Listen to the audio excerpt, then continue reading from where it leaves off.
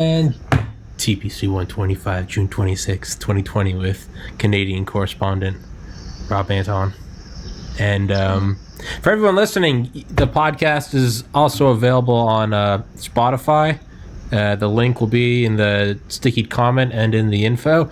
And I've also uploaded the entire library of podcasts to BitChute under TPC Tommy's Podcast. Same shit. I'll put a link in there also, because YouTube has been going more and more in 1984, and I don't want to wake up one day and realize that some politically incorrect comment by Rob, not me, Rob, is going to land this thing in the digital gulag. So it's also on BitChute and it's on Spotify. So if one day I am no longer on YouTube, you will know that the secret police have come for me because my memes have been too dank.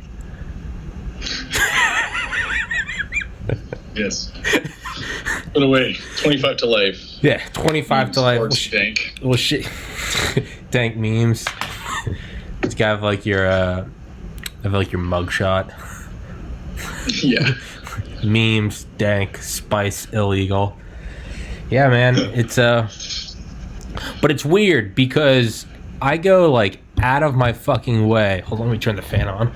I go like out of my way to link the podcast on YouTube, like everywhere, Facebook, Reddit, Imgur, and just nuke it online. It has all like the tags in it. I go in meticulously every episode and make sure it's got all the available tags so you can find it. Yeah, on BitChute I haven't done that at all. No like search engine optimization tags, nothing. I've just been uploading it. Closet of junk, basically. Yeah. I mean, like, you can do all that stuff, but I was just like, sure. I had 124 episodes to upload, and they're each like a couple gigs, and I was like, fuck this, I don't give a shit. So I was just uploading. I'm just keeping the laptop running for like 6 days. Just always had like 7 uploading at the same time. So I haven't done any of that. I have not linked it anywhere. I've not even told anyone. Again, I've just used it as, like you said, a closet. Just Cloud like, save. Yeah, literally just dumping it there. Because I've got it on external hard drives, but I was like, why don't I just dump it somewhere just so it's there? Account's made, whatever. I got, in the first day of having my account, it has 700 views. I've been pushing this podcast every day for over 6 months. And on a good day, I'll get 200 views. On YouTube, right? So YouTube, yeah. 2 billion active users, search engine optimization tags, and I'm linking it every day. BitChute got like what, less than 1 million users, no tags, no links. I'm getting more views on there than here. Yeah. So I'm not Sherlock Holmes, but something fucky is going on. Do you know where your views are coming from? No idea. On YouTube, I can go into the analytics and see. It's like mostly 18 to 34 male US. Like, tag that. Yeah, I got that. I've got a couple stragglers in Australia and New Zealand. Yeah. But they're here for like every episode, which is weird. So shout out my New Zealand and Australian fans. Fucking keeping it real. But something fucky's going on, Rob, and I'm not sure what it is. Either... Oh, I mean, absolutely. The amount of like...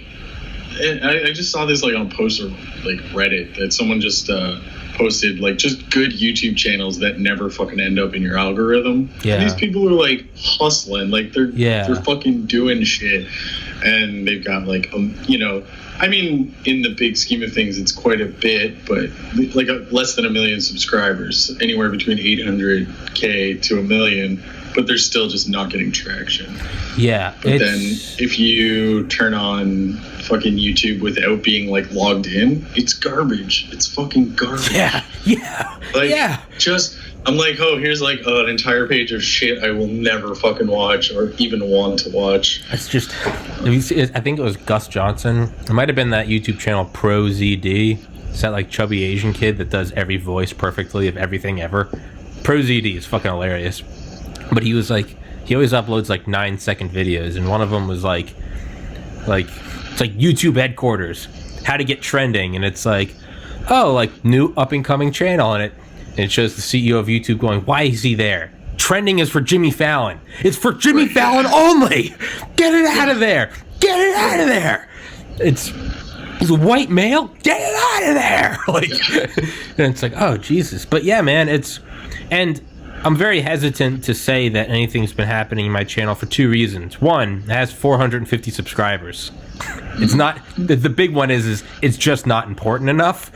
But two, I also don't like the victim mentality of, oh, that's why it hasn't worked, is I'm being suppressed. Because even if it is true, that doesn't get you anywhere.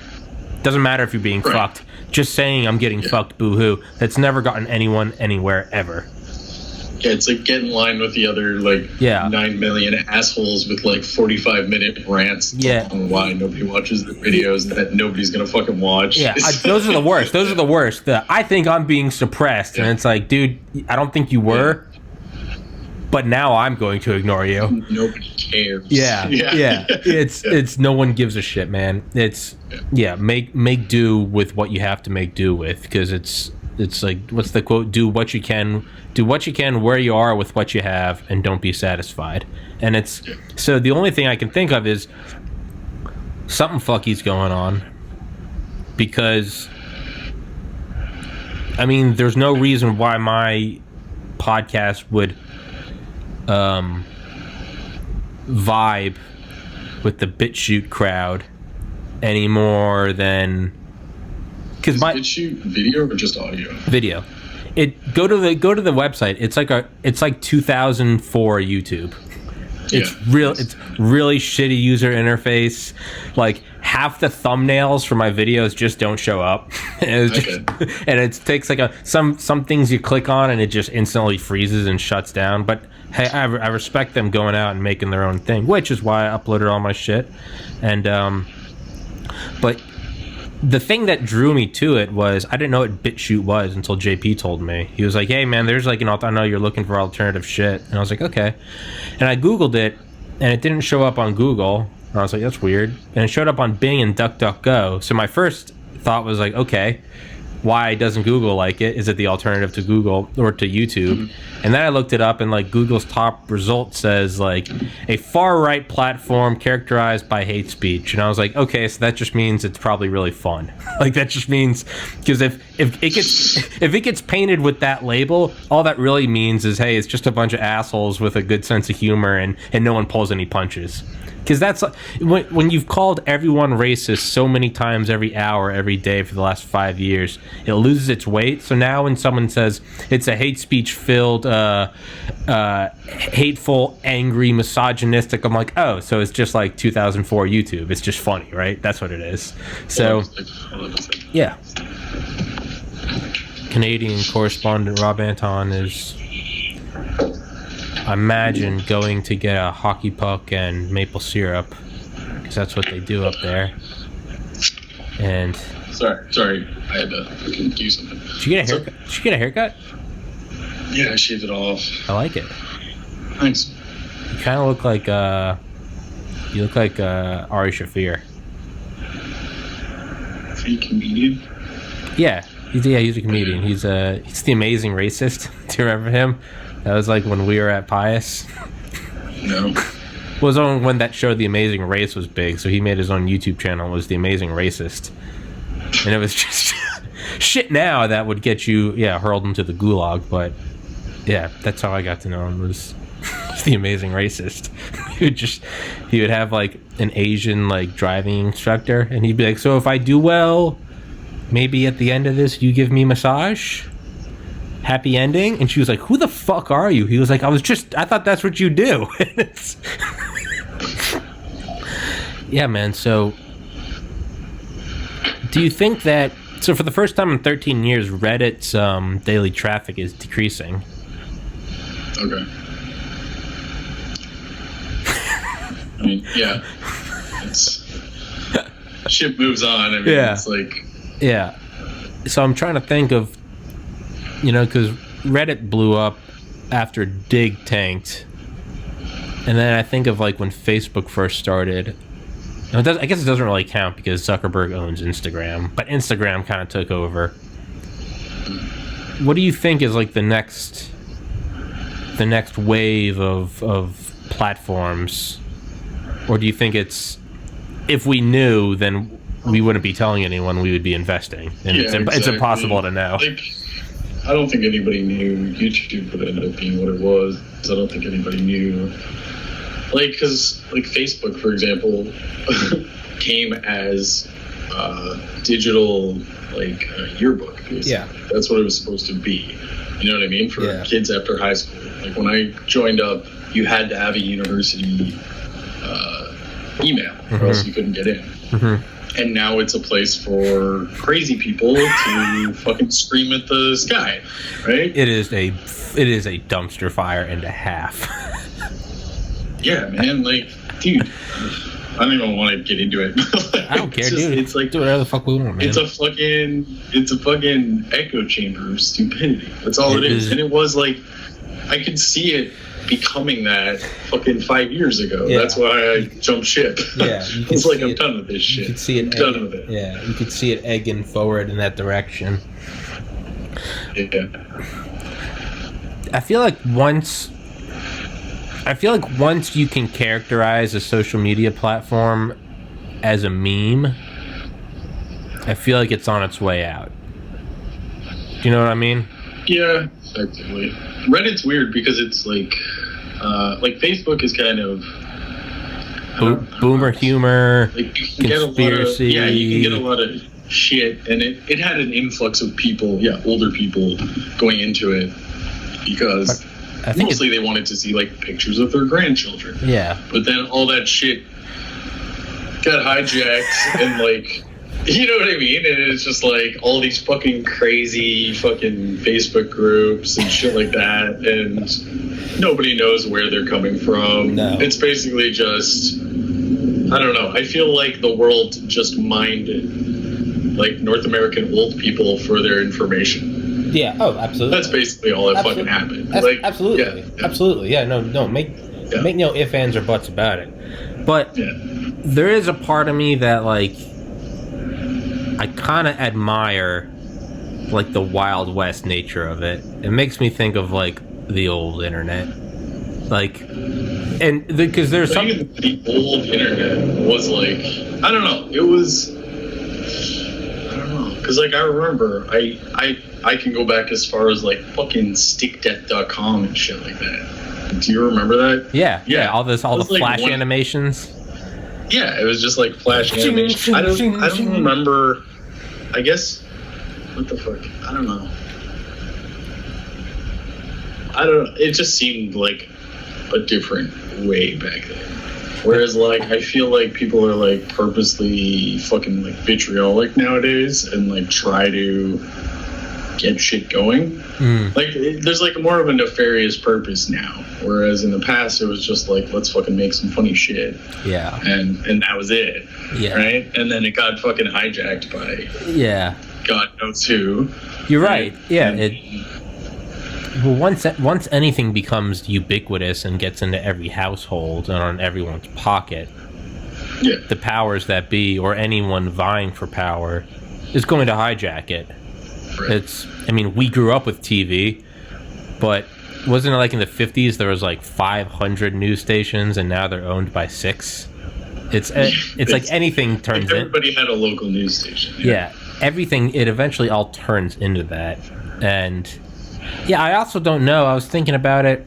Are we just looking back at the internet in a nostalgic yearning for yesteryear? But like all nostalgia, the thing you're yearning for and looking at through rose-tinted glasses often never existed. It's a creation of your mind. I look back and, oh man, high school. But then I think about it, I'm like, no, I don't think I would like to go back. Like, it was an experience and it's behind me. Like, so are we yearning for a nostalgic internet that probably didn't actually exist? Like, if we could go back in time, we'd be like, this thing sucks. Hey, there are people trying to sell me shit. Yeah. Yeah, it did suck. Like, don't get me wrong. It fucking had its flaws. Slow as fuck. A lot of the shit, the interface wasn't great. You know what I mean? Like, there's a lot of things we forget. We just think back because that's what nostalgia is. All you're doing is accessing your emotions at that time. Yeah. Right? And the ones and only the ones that you have stored in your memory banks. Yeah, which are the good ones. Yeah. You don't. Exactly. So, yeah, you look back at high school and you remember like the funny day where you and whoever did this thing, but for every day that there was of that, you don't remember the 90 mind-numbing days where all you did was count the minutes on the clock. Like exactly. Yeah. I remember pranks, and I remember like performances, and I remember sports and shit like that. But I don't remember. Yeah, exactly. All day, just fucking Miss Clister's class. Just right. Just like boom, you go to the next class, and you're just like. Just 7 more. I can do it. Just 7 more. That's probably why I was such a shit disturber in high school. Like, and not like excessively, but like I was a pain in the ass to like 7 out of 10 of my teachers. Yeah. You know what I mean? Yeah. I remember we made the religion teacher cry. Jesus. Because, she thought we were all going to hell. Woo. Yeah, man. Yeah. It's so I don't know. I definitely don't. I don't know. I've been thinking more and more about it, and like YouTube and Facebook and Reddit sort of like censoring. But I'm torn because on one hand, I never think it's good to censor speech, but on the other hand, these are private companies, and I think you should be able to do whatever the fuck you want. And that's the thing.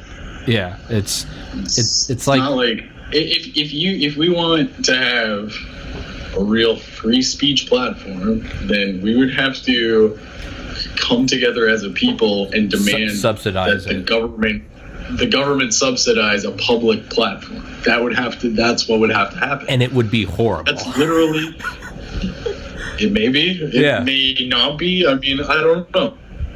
Like, I can't speak because it depends who they get to do it. It's never happened. But judging if it's run the same way as everything else is run, then it's probably not going to work. Yeah. Especially if it comes out of your guys' country. Yeah. Well, like your government can't run shit. Yeah.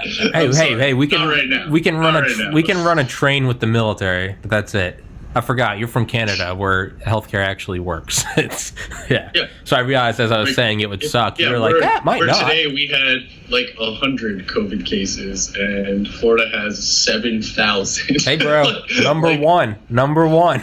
We. Hey. USA, man, number 1. It doesn't matter what the category is. We're taking home the gold, whatever it is. Whether it's obesity or illiteracy, or whether it's income and military might. Woo! Gold trophy. It's just across the board.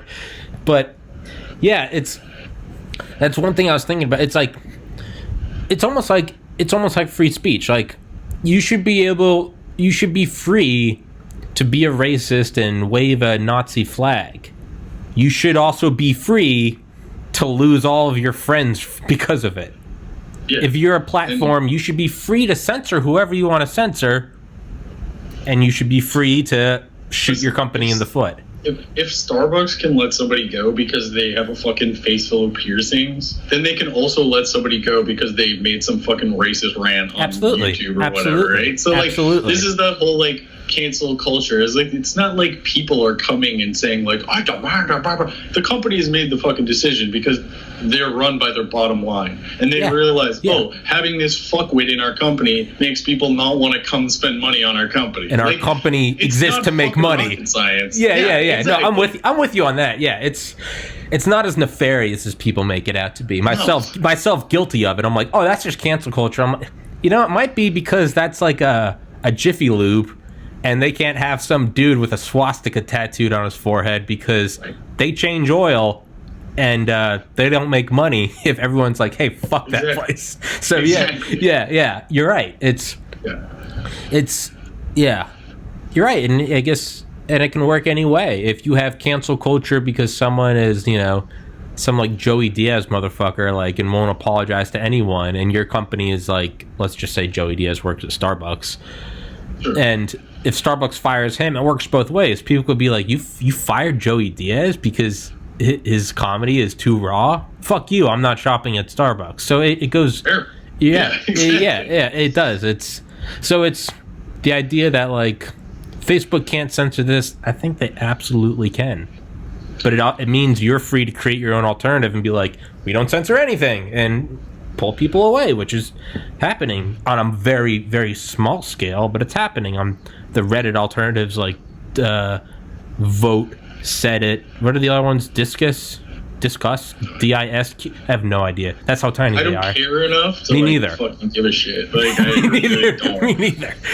When I see those things, I'm like, oh, okay, so these, like, cool. It's almost like... It's cool. Like, I go for it. I like it. I guess so. I like creating your own thing. Everything I equate, it's like, goes back to... Because, like, this is...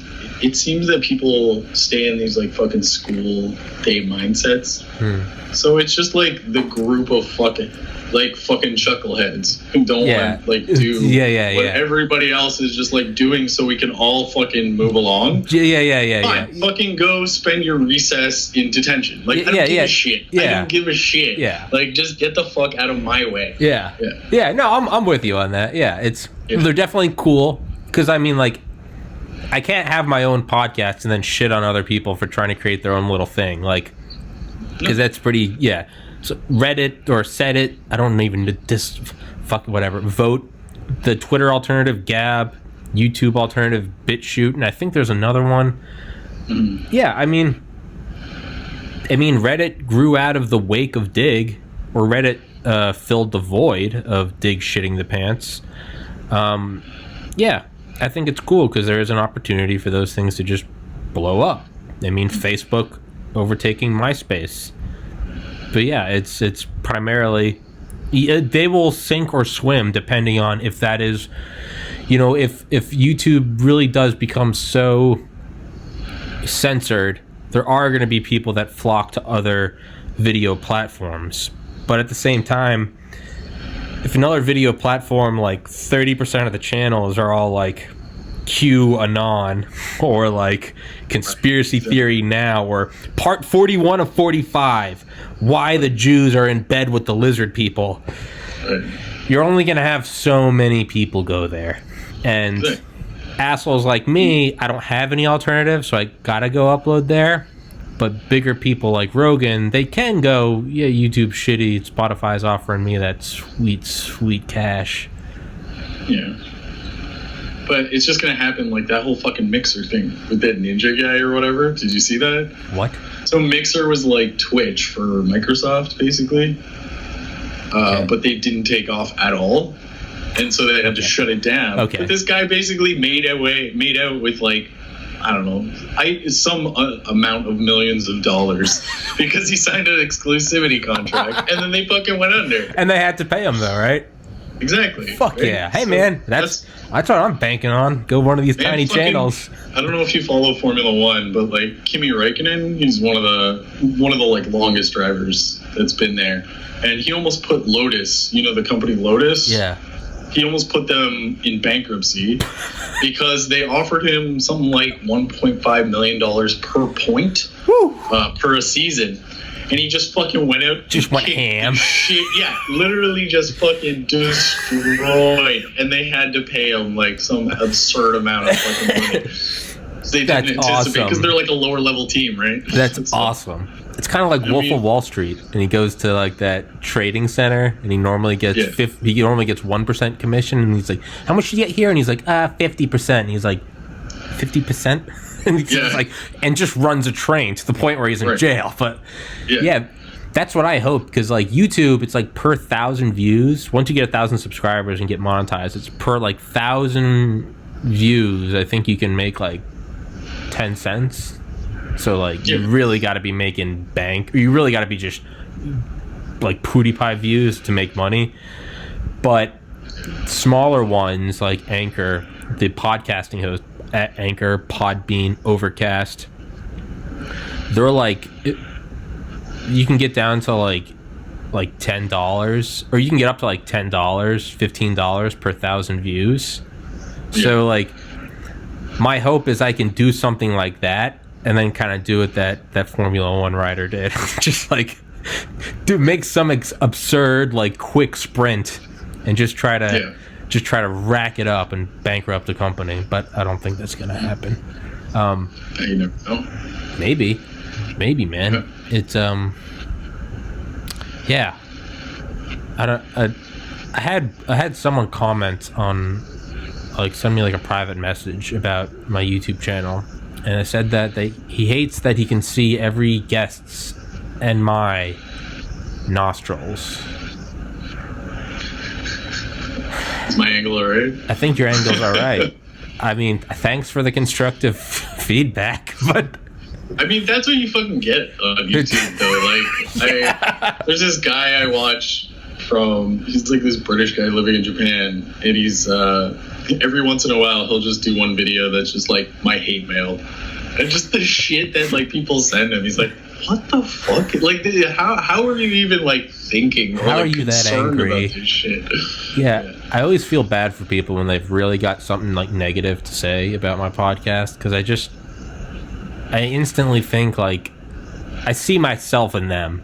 And I'm like, whenever I get really angry at someone online, it's because nothing else is going my way in life. And it's just, there's a target to take out, and it's just like a punching bag, and I'm Mike Tyson on meth. And I'm like, I'm not mad at you. I'm mad at everything in my life, and I'm just projecting it onto you. So whenever someone's, like, really angry at me, like, I'll often just respond, like, you know, privately. I'll be like, is everything good at home, man? And honestly, every once in a while, you'll just get people like, no, dude, like, everything sucks. And I'll end up having a heart-to-heart with some stranger, some anonymous Redditor that I'll never know where they're from. And it's just like, my wife left me. And I'm just like, it's all right, dude, like, let it out. Like, but sometimes people are so mad. I'm just like, is everything okay? And it's like, that's all. You gotta, just poke a hole in the dam, and it just blows open. Some people are like, yeah, everything's fine. You fucking suck. Your podcast sucks. I'm like, okay. Like, whatever. Thanks, man. Thanks for the hits. Like, your comments help me. Yeah. Could you say it one more time? Podcast suck. Kill myself. How do you M-Y? Okay. Oh, me. Okay. Kill myself and upload a live stream. Okay. You should do like a 30-minute video of just reading out all the hate comments you've got. Yeah. Okay. Yeah, I could. Yeah, do it. Might as well. I found early on that every once in a while I'd get like bots commenting on my channel. Okay. Because I'd upload it, and within like the first 30 seconds, it'd be like, great, loved it. And like at first, naive me was like, oh, cool, fan. Like, yeah, right. Yippee. But then like I'd see the same account comment the same thing on every video. And then, like all bots, you could just, it's almost like the uncanny valley. You can just tell something's off. And it's like, great video for me. Hands up if you like this channel. Like, right. Okay. So I'd just be like, God damn it. And I would just, like, mark it as spam. What I didn't realize then is, like, YouTube will go through and, like, they'll nuke that account. If it comes up that spam. But then that also means I lost them as a follower. And I like a subscriber. And I'm trying to get to 1,000 to get monetized. So now I like don't report any of the bots. So on any one channel, you'll just see like a bunch of like, or any one episode, it'll be like, good job for me. Go to this website.com for great shoe sales. And I'm just like, no, like I hate it, but I'm like, I also don't want to get rid of it. Like, fine, I'll go get your shoes. But it's also happened that like that used to happen on Instagram a lot whenever I was trying to like sell t-shirts with my shitty graphic design. And so I'd always just respond like very angrily because I knew it was a bot. I'd just be like, fuck you, you piece of shit, you know. And I'd always just like post I'd screenshot them and post them. And one time I got a message and it was like, I hope you don't talk to all your prospective clients like that. And I was like, what? I realized it wasn't a bot. It was just some dude that was like, great job, space, exclamation mark. And I was like, just tell them like, that's my catchphrase. I was like, go hang yourself. And the dude was like, hey man, I wanted to get one of your, I was like, oh my fucking God. So I apologized. Yeah. Really great conversation there. But, yeah, man, what's, as someone that's into, I guess you're more Formula One. I was gonna say, enlighten me on what the fuck is going on with NASCAR right now. They banned the Confederate flag. Fair enough. Yeah, that's it. All right. It's literally all that happened. All right. And then one of their black drivers had one of his sponsors was Black Lives Matter. I thought you were gonna say I thought you were gonna say the black guy was sponsored by the Confederate flag. I was like, how? No. How? And then I guess there was something about like a noose or whatever, but it was just a misunderstanding because like NASCAR people don't have like they move depending on where I think what track they're going at. Like they get new garages and shit like that. So apparently they just walked into their new garage, and I don't fucking know how this happened again, but apparently there was like a noose, but it had been there for like a long time. Oh. Well, because they were weirded out because it's usually really fucking hard to get into a NASCAR. Like shit's like Fort Knox, right? Yeah. Like so if the implication was, if this is here, this isn't just some fucking rowdy fan. This is somebody in our organization. Oh.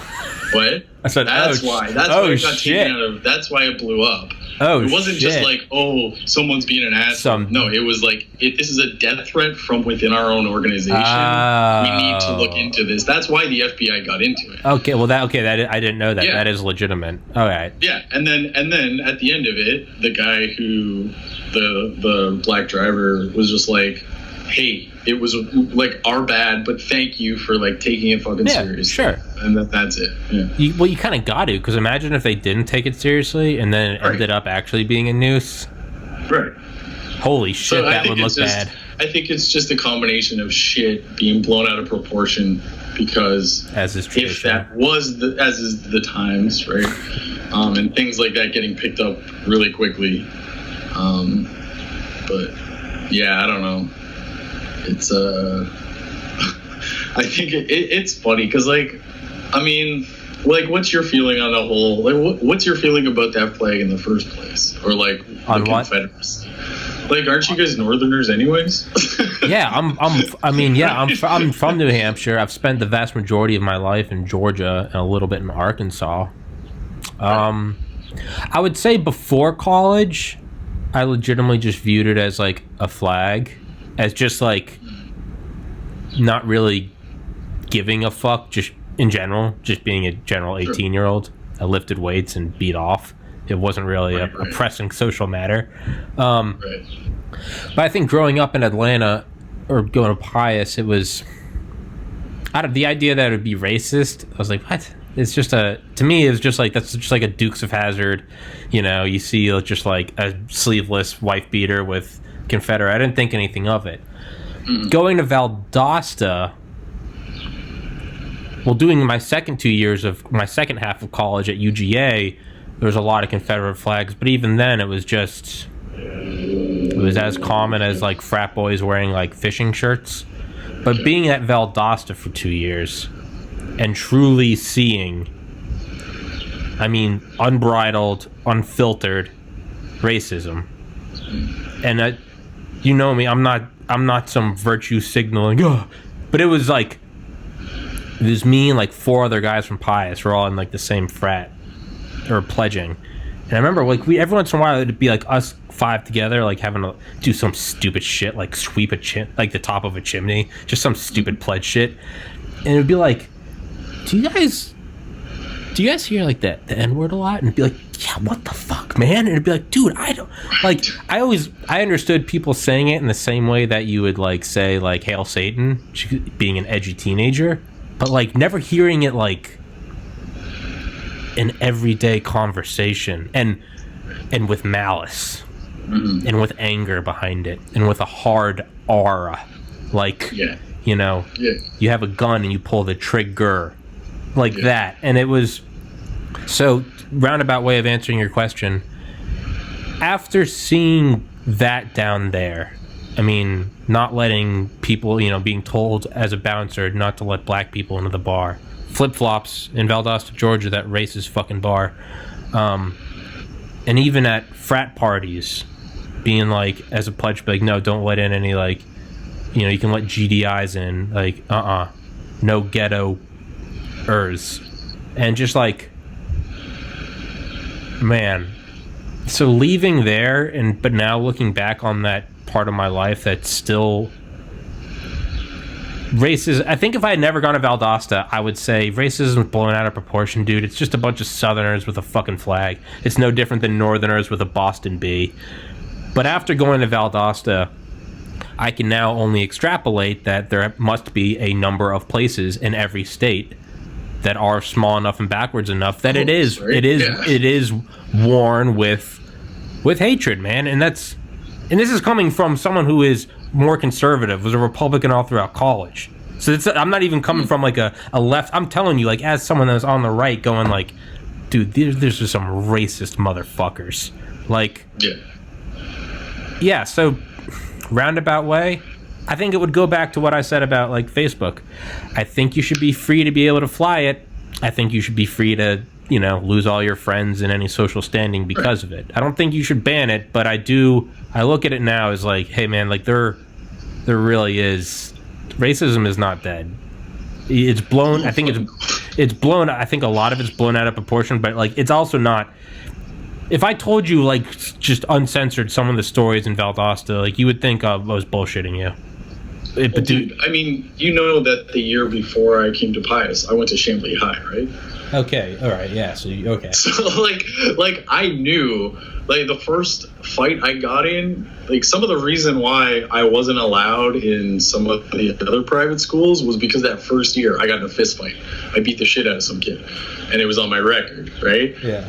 And the reason I beat the shit out of him is because in my group, I just like hung out with a mixed group of skaters, right? So one guy was like Mexican, one guy was half black, half Japanese, another guy was just like black, two white guys, me, the Canadian. But all skaters. And this motherfucker comes up and calls me an N-word lover. And I just fucking unleashed on him in the fucking hallway right after lunch. And I remember, this is like gonna sound like that didn't happen bullshit, but like I walked, because like I was so fucking shook, right? And the teacher just left me. Like they took the kid I beat. They took him and just like left me to go about my business.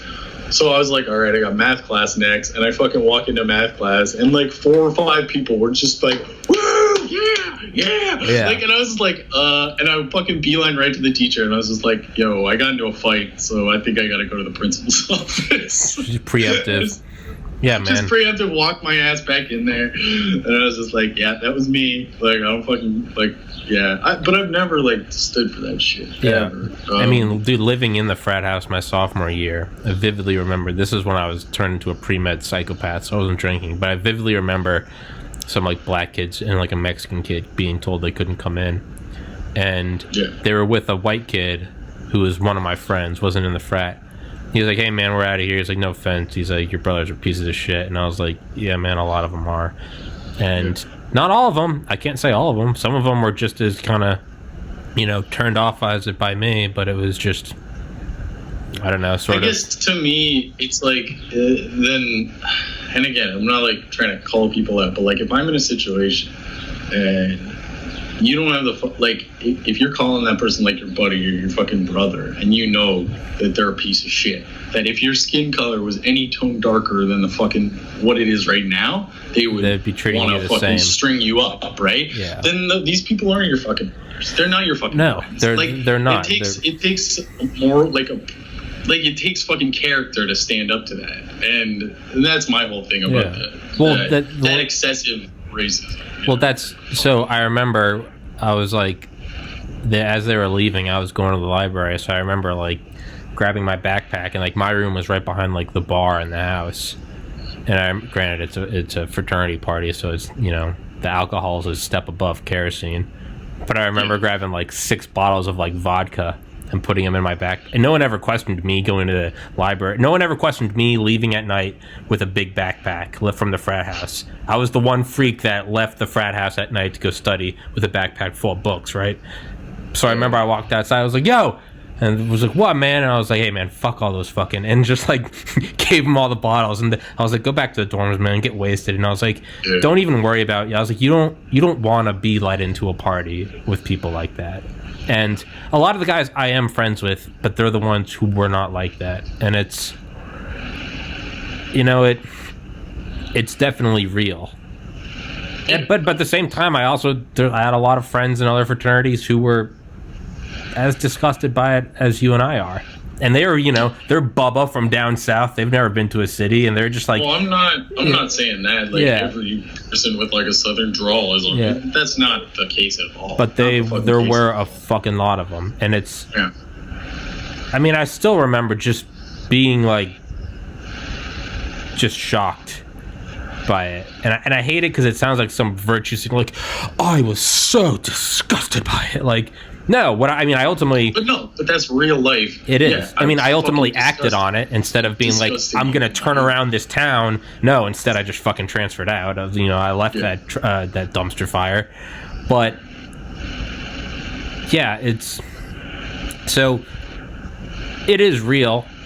And it sucks because... I'm sure there are some rednecks that... just had the Confederate flag, no different than the reason I have my flag. They've just had it and they like it, red, white, and blue. But I understand the resistance to it, and I completely get it. I could go back to like also how your country dealt with them at the end.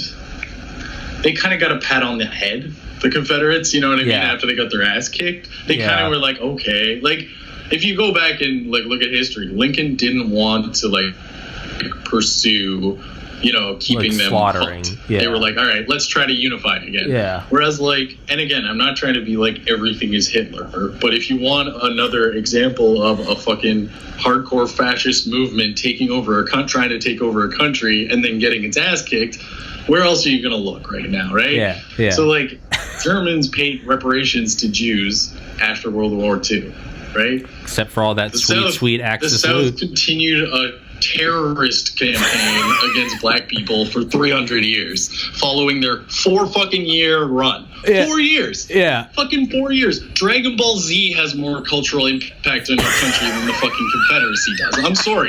It does. Right? No, you're right. Seriously. You're right, dude. It's like ISIS has more staying power. How they fucking do. sad is that? They do. ISIS stayed around longer than y'all. There's like, at what point? What are you proud about? Like, what are you fucking proud? Where's your pride? Yeah. It's not like, and we all know how the South inherently got its huge influx of cash. That's not a fucking mystery, right? Exactly. Yeah. So it's just, it seems like a bunch of, to me anyways, as being from another country, like if we had some fucking rogue element in our country, that's like okay, my family was chased out of Yugoslavia by communists. That's like if motherfuckers came driving in front of my grandparents' house with a big old fucking star and sickle fucking Soviet Union and was like, ha, I killed and oppressed your family and took their land.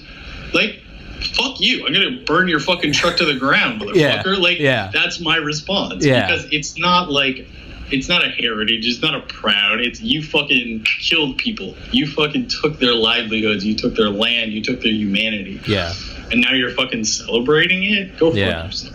I understand that entirely, man. It's I mean, but if you're so NASCAR banning it, it's a private company. I think you're free to. I think if you're a private company, you're free to ban the American flag. I don't think it's any different.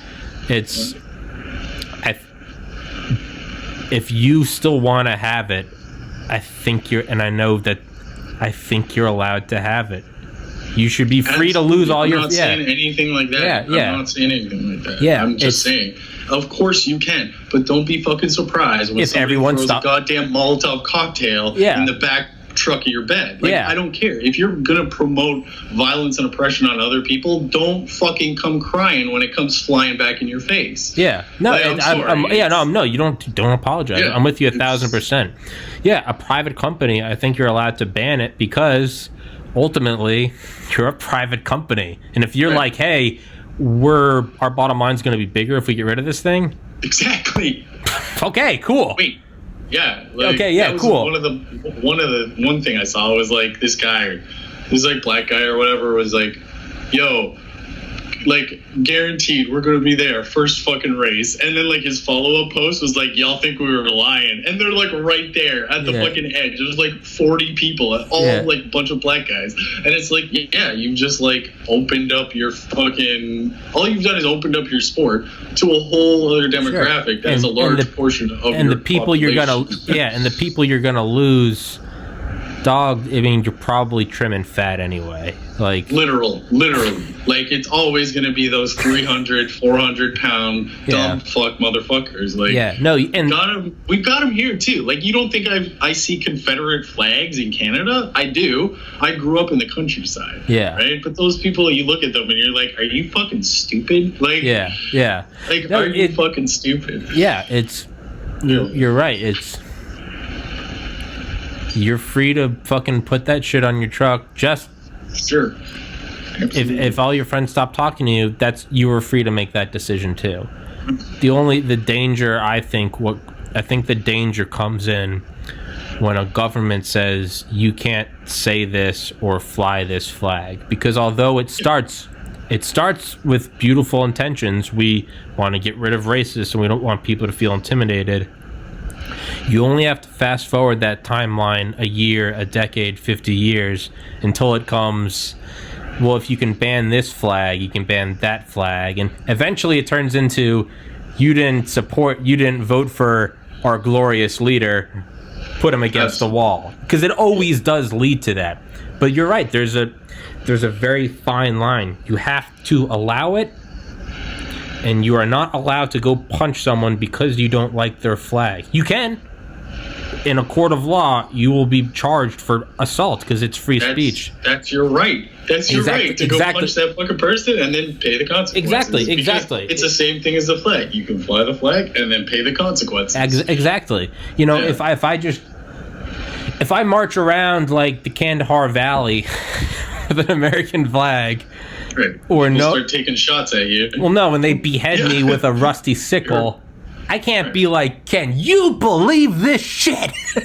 It's, what do you expect? I used to run into that shit all the time. Like, again. You used to run into the Kandahar Valley? No, in Japan. You see that shit in Japan. Like, oh my God. The amount of times I've stopped, like, and watched some dumb, entitled fuck get arrested and thrown in Japanese jail. One of the worst fucking jails ever, too. Let me guarantee you, because they were just an entitled bitch and they thought they could do whatever they wanted. Yeah. It's like, shit, get the fuck off your fucking high horse, man. Yeah, man. I remember going into the lobby. So, like, I was coming home now. I was, like, kind of drunk because I was 22 at the time, and that's literally why I went to Japan, to just go fucking have fun and party. So I'm coming back and towards my apartment, and I see all these cops outside of a lobby, like a hotel lobby, and I like go and I'm like, what's up? Like, I just talked to the oldest. He's just like this tiny old man and cop, right? And I'm like, yo, what's up? Kind of, everything okay? And I noticed, like, there's this white guy, probably American or Canadian, I don't remember, but like clearly North American, with his like suitcase, like screaming from across the lobby at the receptionist, right? In English, of course. And she's just like, what the fuck? Like, right? He's screaming at her, why don't you speak my language? Bah, bah, bah. Right? And then he fucking proceeds, and I go in and I'm like, dude, you need to calm down. Like, you need to fucking calm down. They're gonna take you, they will put you in jail. I don't give a fuck. I was like, all right, man, that's your thing. And he hurls his fucking suitcase at the receptionist, right? Fucking cops come in, swarm him, he's in cuffs, in the thing, gone. Like, people don't realize, in Japanese prison, you don't get to talk. If you talk, they will beat the fuck out of you. Like, talking will be, it's like regimented. Every minute of your goddamn day is regimented. Right? You're not allowed to talk. You get moved around with your head down, depending on what level of like full fucking restraint. Like, it's not like this. I almost say like our prisons are easy compared to theirs. Yeah. Not to mention they have a 96% conviction rate. Japan doesn't fuck around, dude. They don't. You are guilty until proven innocent in Japan. That's how you. It's the opposite. That's how you get a. Yeah, man. They don't. They make But their prison population isn't huge, and the amount of time people spend in prison isn't very long. Yeah. But once you've been in, it's like the real life scared straight shit. Yeah. They don't let people start gangs in jail. They don't let people you're not allowed to talk. You will spend you can spend 5 years and not say more than 10 words to the guys around you. Yeah. Yeah. Yeah, they know how to put a lockdown on that shit because they have their own organized crime as well. Yeah. Yeah, I definitely, first and foremost, I just need to make money, period, to move out of my parents' house and get my own insurance. But after that, after those important things, those little things, like food and water, one thing I definitely need to do just for my own, I guess this sounds pretty privileged, but I don't know. I don't have a wife. I don't have kids. I don't have pets. I don't have debts. If I can get this thing to work, one thing I definitely need to do is I need to go to other countries because I need to see the world outside of America. I am, as you know, I'm unapologetically American. I've also never been anywhere but here, and I know that.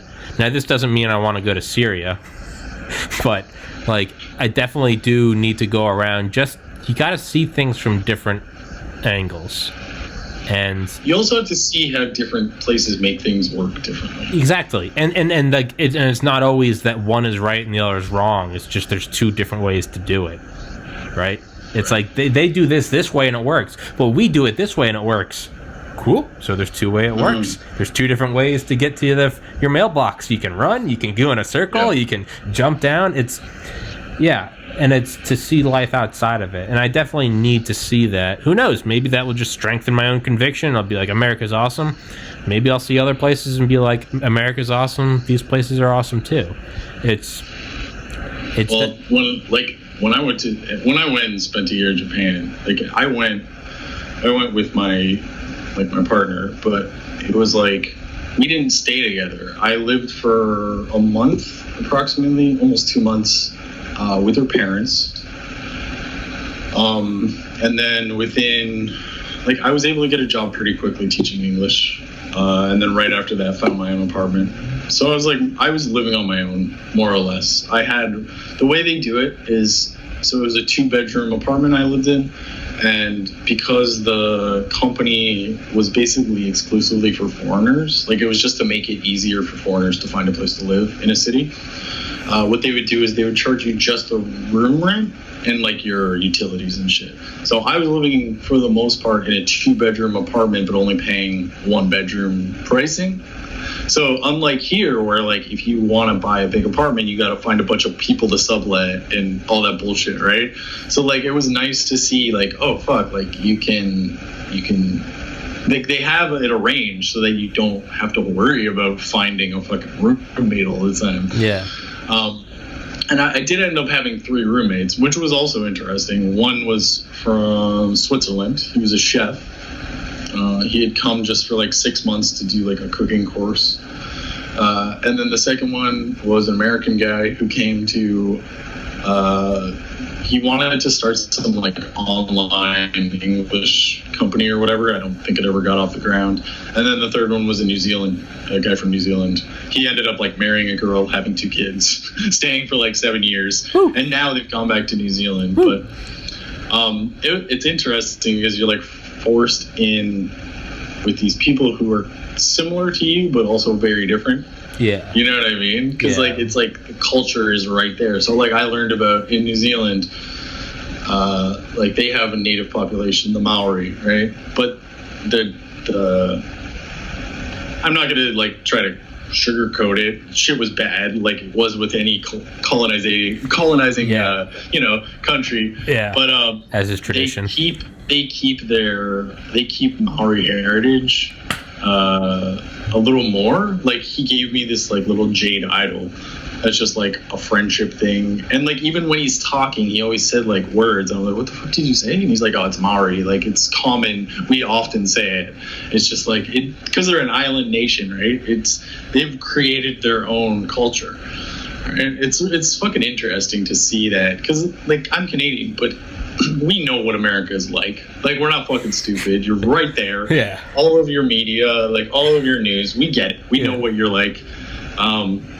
So it's weird seeing basically white people, but like in a small island nation where they have to care about conservation and they have to care because they don't have a lot. Sustainability. You know what I mean? They have to take care of their shit.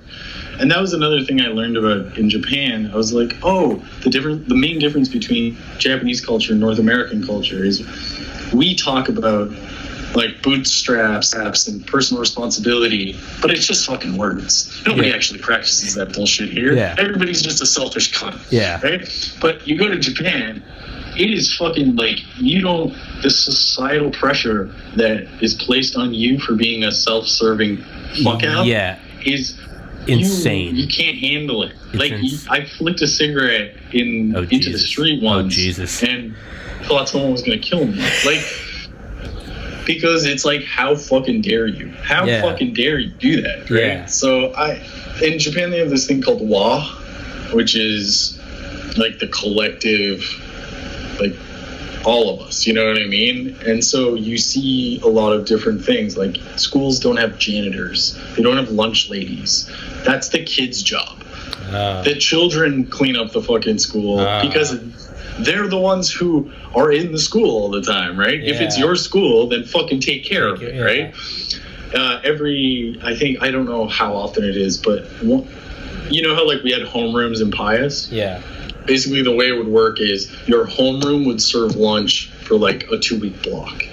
You know what I mean? So you would get the food from like wherever, just like we got our food from wherever. And then instead of some grouchy old fucking lunch lady, you'd have your peers serving you. You know what I mean? So I don't know if I'd want my friends serving me. But the thing is, but even that, like, so when I talk to my partner about like how were kids in school, she's like, everybody's quiet. They just shut the fuck up and listen. Yeah. Like there's none of that like bullshit like we do when we were kids. That we perpetuated. Exactly, right? So like they don't have it. They don't, and it shows in like, you know, test scores and all that kind of shit. It's like, oh, these people are actually fucking learning, and we're a bunch of morons who think we're better than everybody, basically. Don't call me a moron. Hey, I just wrote down the timestamp. I gotta go piss. I'll be right back. Yeah, no worries.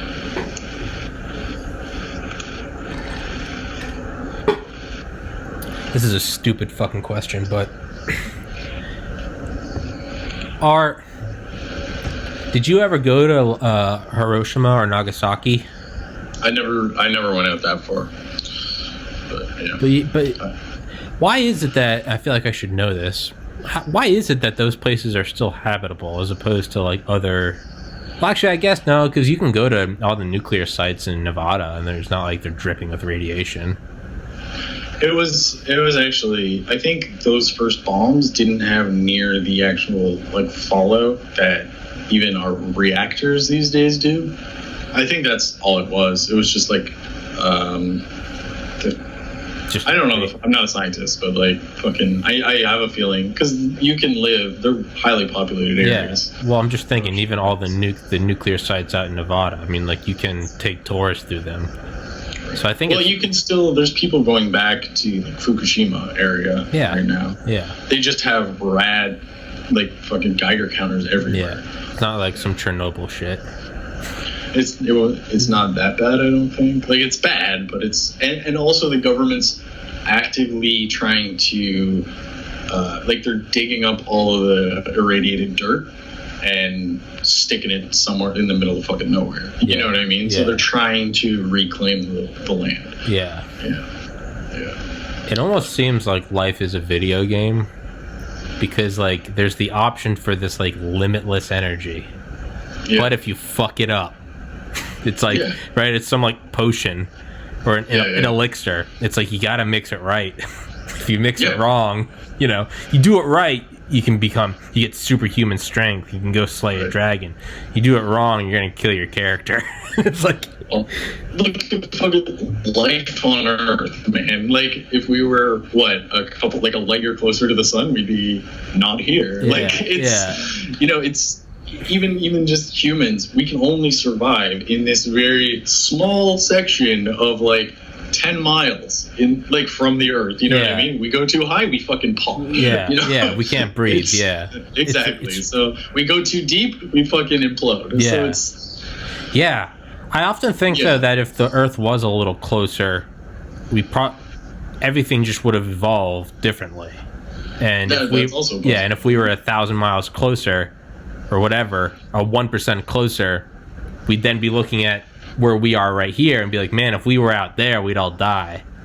You know what I'm saying? Yeah, it's probably something like that. I think it's just the human concept that we think this is perfect. Yeah, the Goldilocks zone. It's just, like what? No, you grew into the Goldilocks zone, right? Exactly. It's not like it's like when you see like a piece of grass growing through like the asphalt. And you're like, if this was an inch to the left or the right, it wouldn't exist. And it's like, well, no, it found the crack and it came through there. It's not. Yeah, exactly. If you go under, the root is actually 5 feet to the left. It just fucking crawled its way to the crack. Like, that's why, like, when I could never wrap my head around people who didn't believe in evolution. I was like, have you fucking taken a look at this world? Like, have you taken a look at how many different things live in how many different places in how many different ways? Yeah. It's like, I don't know. It never made sense to me. But. Yeah. Dude, I had the most insane dream I think that I've ever had. And like any true dream, you can't really explain it. Sure. But, so I'm not even going to bother trying to explain everything that like led up to this. But it was like towards the end, it was like I got to see what it was like to die. And like there's a bunch of different shit you can do when you die. But like one of the first options is it's like, when you die in like an online like deathmatch or something, you can just observe. One of the things was like you can just observe. Like if you want, you can stay in the server and observe. Or there's there's reincarnation, there's heaven, it's all optional. It's like you can go see hell if you want, but you're allowed to leave. Like but it's all this shit. But one of the things was like you can do you can stay in the server before you reincarnate. Some people want to reincarnate immediately. Some people, it's like you can actually go back into life and you just branch off in a different timeline and you can go right back. So it's like once you die, like no one dies involuntarily. Like you have the option of going back. So people that are dead, they chose to stay. This is obviously on the dream. But one of the things is like you can observe.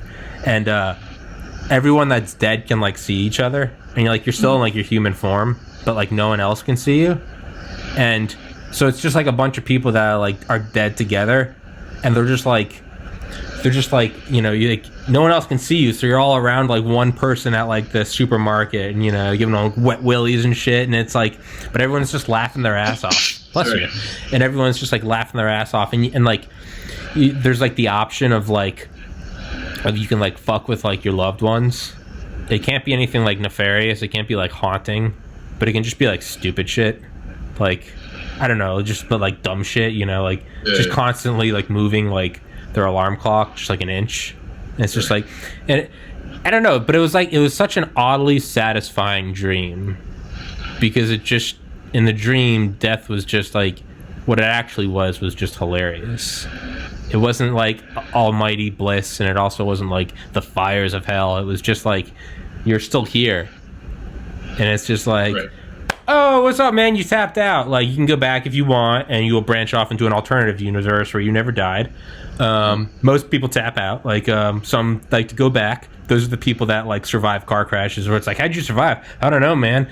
And and I think it's like if you survive, if you choose to go back, your like memory is like erased of seeing like the server. So like you can go back and survive.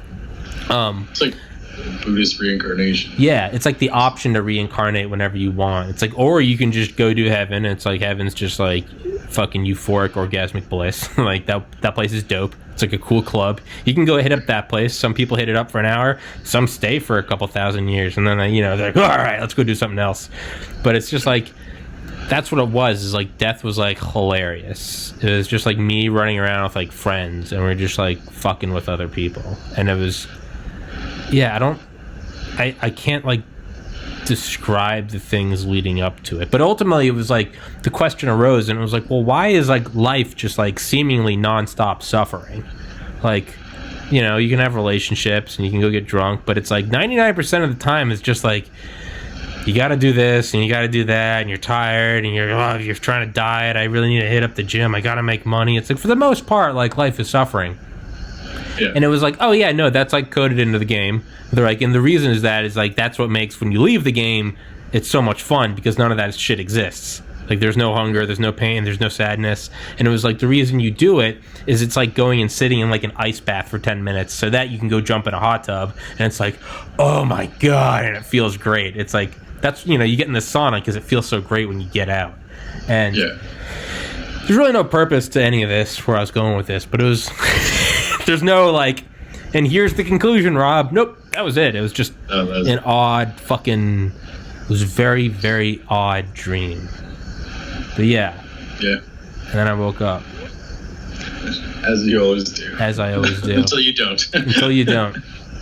Yeah, that was one of the other things, though. It was like, oh, I didn't know there was like life after.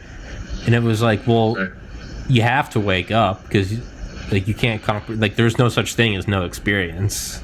And it was like, you have to wake up. And it's like, well, what about when you die and you don't? And it's like, have you ever not woken up? Well, no. All right, so there you go. It just, like, if you're woken up from a dream in a dream, yeah, and then you wake up again, you're like, oh, that was a dream too? Well, when you die, you just wake up again. What do you wake up into? What do you think? A bigger dream? It just goes forever. Like, it could be like, well, when you're a child and you're first born, you can't make sense of the world around you. It would probably be very similar to living in a lucid or dream-like state. Yeah. Like the first 2 years of your life. Yeah, okay, you know what I mean? When we're children, because we can never fucking remember that shit. Yeah, and you're like, wait, what are the first things you do? The longer you stay in the dream, the more everything starts to make sense. And then it starts to become, you forget it's a dream. Right, because when you're in the dream, you're trying to apply your previous living logic to the dream world or whatever, and it doesn't make sense. So you're like, why the fuck? Yeah, why doesn't this follow a plot like I'm used to in day-to-day life? It's like, because that's not the way it works. Yeah, and the longer you stay in it, it's like when you play a video game for a long time, and you stop getting like the simple thrills and satisfactions out of it. Instead, you start getting pissed at it. You know, it's like the first time you play Grand Theft Auto campaign, it's like, this is so cool. And then once you're speed running it for the 100th time, instead of being like, this is so cool, the graphics are great, you're like, fuck, missed a turn. You're like, that fucks up the whole speed run, because now I can't do this, and then you gotta do that, you gotta go get Jimmy, and it's like, dude, it's like, it's the same game, but you're in it for so long, now you're like, fuck, I can't do this, why did you spend money on the silencer? I'm saving money so I can invest, and it's just like, why are you even playing the game, man? Why are you even playing the game? Yeah, maybe the longer, that's what I was thinking, is like, isn't that weird? Like, I remember I was like blasted on edibles a couple of years ago, and I was watching 2001: A Space Odyssey for the first time, and it's like the people in like the space station walking, and they're like, and I was like, aren't those some like weird similarities that like humans, when we're in space or on different planets, the first thing we have to do is like learn to walk, just like when you're a baby. Like, you gotta learn to stand up, and it's, you got your arms out, and you're like, and like, you have to live in like your own cocoon. You have like a spacesuit with like food and water, and you piss your pants, right? You got like your evacuation system, and it's, it just kind of repeats itself, and it's all what I imagine would just be super like novel, and I guess if you stayed in space for a long enough time, you'd probably get to a point where you just fucking pissed off, and these stupid suns in my eyes, and like, of course, absolutely. After a year, everybody's all like, "Oh, let's go to Mars." It's like, why? So you can be miserable on Mars? Like, fucking back hurts. Jesus, I hate getting old. Like, God, I got this pimple again. Fuck. And it's just a barren wasteland in every direction. Exactly. Why the fuck did I come here? Discovered on a ball of dirt. And what happens once you just start like polluting there, and it's just like, we're just. And then you realize you're like, oh fuck, this is worse than any third world country. And even if you do find some like ancient civilization's ruins or whatever. It's like, okay, now what? Yeah. Now we just have another fucking question that nobody can answer. Great. Yeah. Good job, everyone. Yeah. Yeah, it's like after like the first year on the moon, you're still gonna just be like bitching with your girlfriend. Like, you're still just gonna be like, please just pull back the shower curtain when you're finished. Just like, whoa, you always gotta put it on me. What did I do? And you're just like, oh, god damn it. And it's just like, the night sky just looks a little different. Instead of seeing the moon, you see the earth, and it's the same horse shit. You don't get paid enough. You're pissed off. Exactly. Yeah. Did you watch that film Moon? Yeah, I saw that. I think it was summer after my freshman year of college. Yeah, I remember seeing. Yeah, and it's it's just the same bullshit. He's just mining. Yeah, he's pissed mining, off. But he's a fucking clone, and they're just like, "You're going home. You're going home." Yeah. Time for the next one. I forgot. Did they kill him, or did he just like get sick?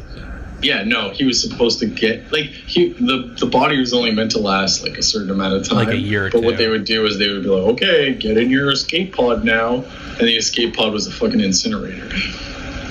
I don't remember that. Okay. Oh yeah. I don't remember. Yeah. God, that's a lot darker than I remember it. I just remember it. Yeah. I remember it was dark. I mean, I remember it was like corporate greed, and it was like it's cheaper to just keep this like meat clone. Doesn't he start like running into his clone or something? Well, that's what happens is like he crashes and then he reawakens back at the base, not knowing what happened. So he's like, how the fuck did I get back here? There's nobody else here. And then eventually he escapes the thing, goes out and finds himself, and like saves himself from the crash before the body dies. Yeah. But like there's this whole part of the movie where they're not even like acknowledging each other's existence. That's what I remember. Because one guy's he's like building like a puzzle or like a card castle or something, and he's just he's like, yo, and the guy's just like, there's a town. Yeah, and he's just model town. That's why I wasn't sure if it was like in his imagination or something, or no, it's like different levels of, because again, back to what you said, one of the clones was new to the moon and one had been there for 3.5 years or whatever, and just knew what was going on, so they approached like, fuck it, their lives differently. Yeah, exactly. Maybe that's the bliss, man, is you just realize none of it's real. And he's just like, fuck it. Yeah. He's got like just a stove and a beer, just building the model castle, just like, It just comes down to like, the only way you're going to find happiness is like to position yourself in a place that makes you happy. Exactly. That's it. I've been thinking about that a lot today because of the dream last night. I was just like, every day there's just like crushing anxiety, like, is this podcast going to work? Like, and it kind of dawned on me, I was like, one of two things is going to happen. It's going to work, and then I die. It's going to not work, and then I die. Right. Like, admittedly, one of the rides can be awesome. One of the rides could be the Tommy Kerrigan experience, create a podcast, and now I don't have to work, and I can just play video games and shoot the shit with my friends and just talk bullshit. Rob, you're going to be in my posse. And then the other is just that it doesn't work, and that could branch off into, okay, it doesn't work, but do you keep struggling and trying to get it to work? Do you just say fuck it and go get a job and all right, whatever, let your dreams die? But either way, whether it turns into nothing or whether it turns into you get $100 million deal from Spotify, ultimately, like, no one gets out. No one escapes. Right. And even once you get it, how long can you keep it for? Yeah. Right? Yeah. It becomes exponential, the amount of work you need to do to keep it up, and then fucking any asshole can come from out of anywhere and be like, oh, bro, just I don't like this guy. And then he takes 10,000 people with, like, I don't know. I think if you're going to look for a successful model to just because of based on your personality, you're not like super liberal guy, but you're also not I I always find it funny when you and JP are like, we're both conservatives. I was like, maybe in title, but like when it comes down to the shit we talk about, I don't really. No. I don't put you in the same place. And maybe it's more Republicans. Yeah. You're not Republicans. Like you're not. No, I'm as not Republican as I'm not a communist. Yeah. I think I've just been told, like, screamed at in angry messages, I'm a dirty, like, Republican for so long. I've just been like, fuck it, okay, like. Yeah, it's I wouldn't say, because that's where I stand. Like, for example, if I go through just like political Reddit, right? If I look at liberal, I usually hate what they have to post. If I see conservative, I usually hate what they have to post, because all they're posting is just like, look what they did. Look what they did, right? Yeah, it's just like, The only people the only places that have posts that, and I don't agree with all of them wholeheartedly, but like libertarian and socialist. Those are the two people that only actually ever fucking make sense to me, because they're talking about actual issues. They're not talking about like, look what that side did. Like I just saw a libertarian post talking about like Trump pulling some law or something, like just trying to like sow discord before the election. And I was just like, see, like these guys are more conservative, but they fucking see what's going on. And I think that's my whole point. It's like, you either see it or you fucking don't see it. That's probably where I lie on the spectrum if I were to actually take like a test or something. No, I would say I'm as much Republican as I am Democrat, and that is I'm not. Right. But yeah, I've thought about what you said, and then you got to maintain it. I think for me, it's like the goal is to get it to an amount of money, and who doesn't want to be a multi-billionaire? Like, but to me, it's like get it to an amount of money that I can then like take off the table and like put in like just some boring blue chip investment. And then it's like, okay, now no matter what happens, I know that I'm good. Not that I'm good to live in a 6-story LA mansion, but I'm good that I can just not have to work forever. Like, never have to work. To me, that is like the success. Is like, if I could get, let's just say I can get this podcast to go to a point where at any given time, its value is $5 million.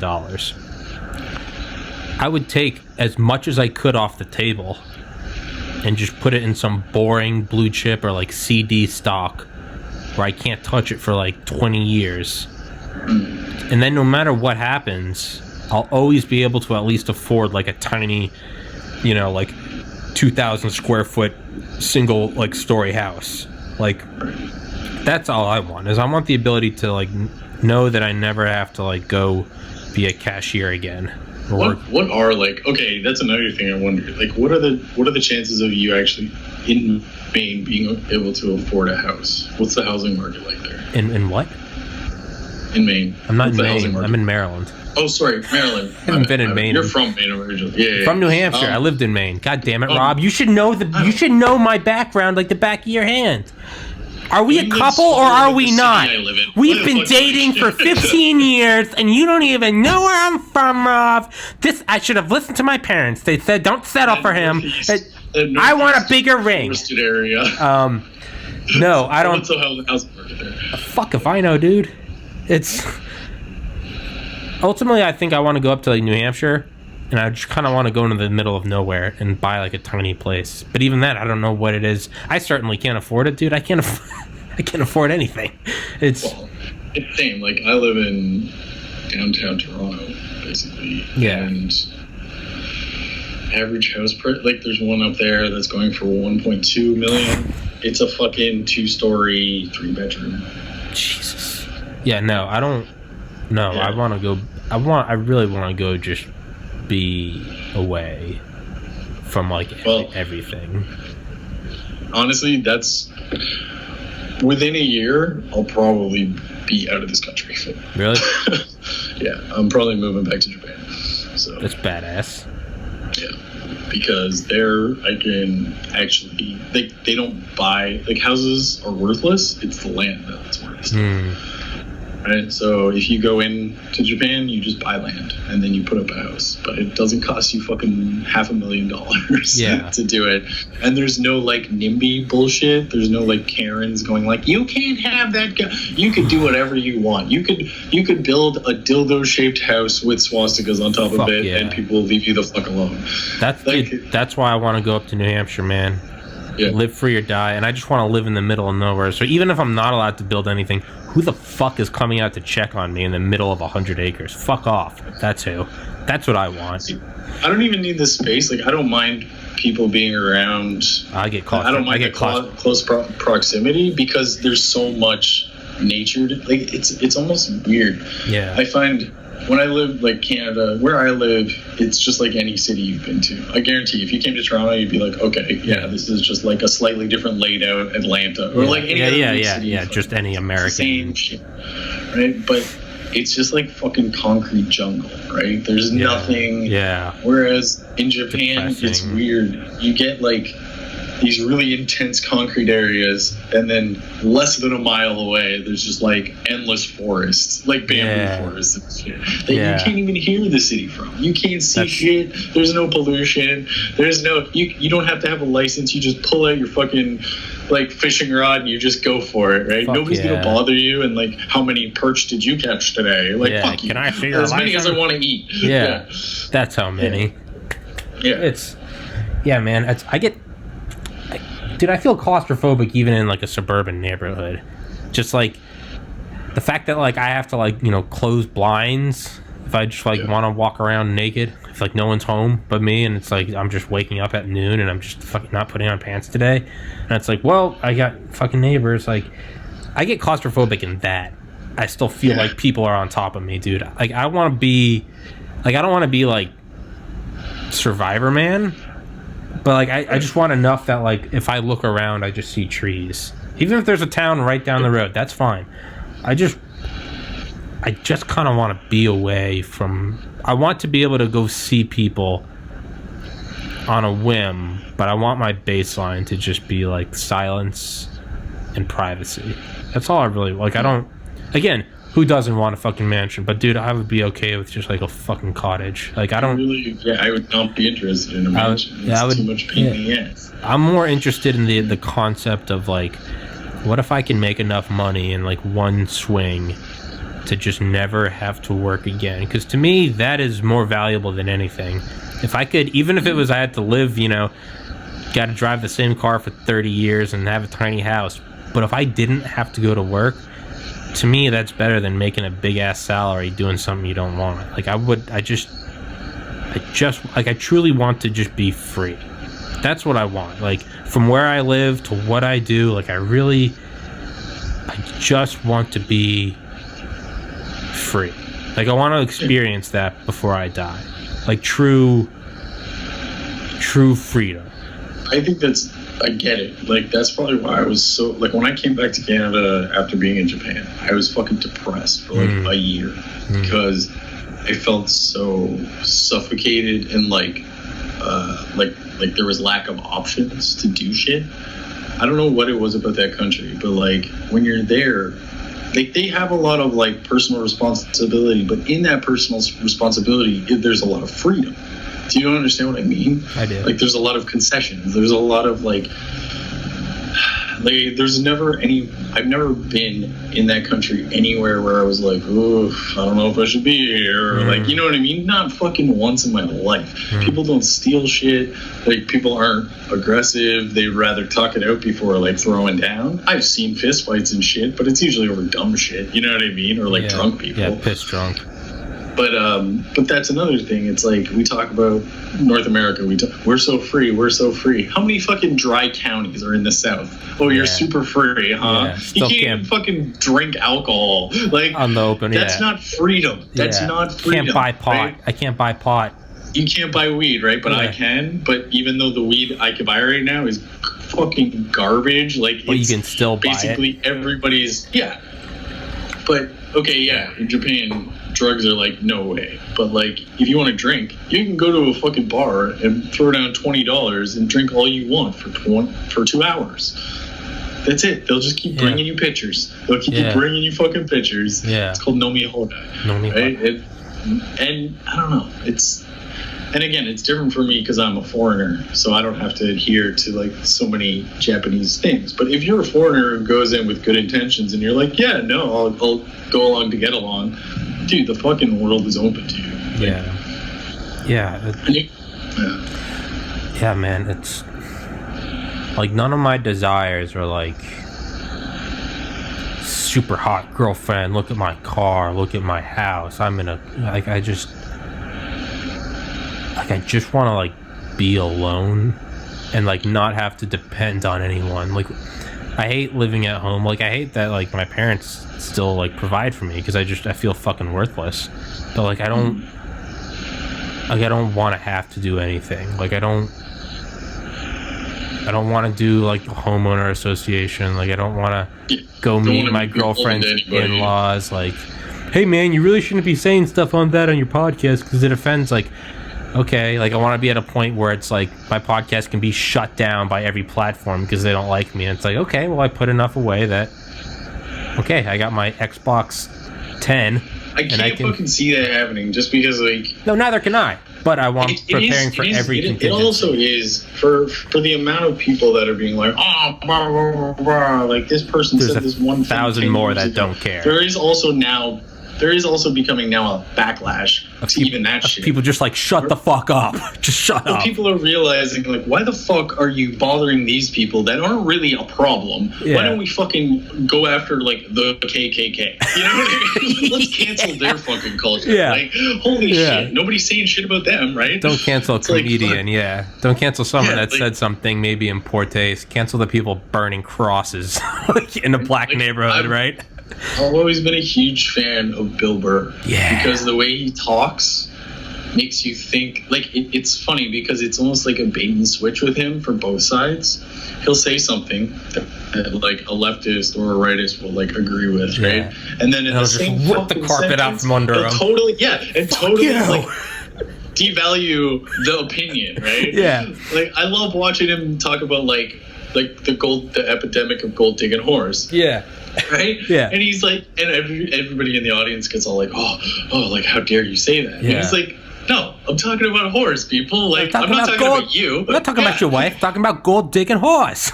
Yeah, exactly. He's like, it's just the same as a wife beater. It's like if somebody was like, oh, these fucking wife beaters, I wouldn't get all, like, offended because I know that's not me, about the wife. Right? Yeah, I'm not talking about the wife beater. But they exist. Yeah. Yeah. Yeah, man, I don't know.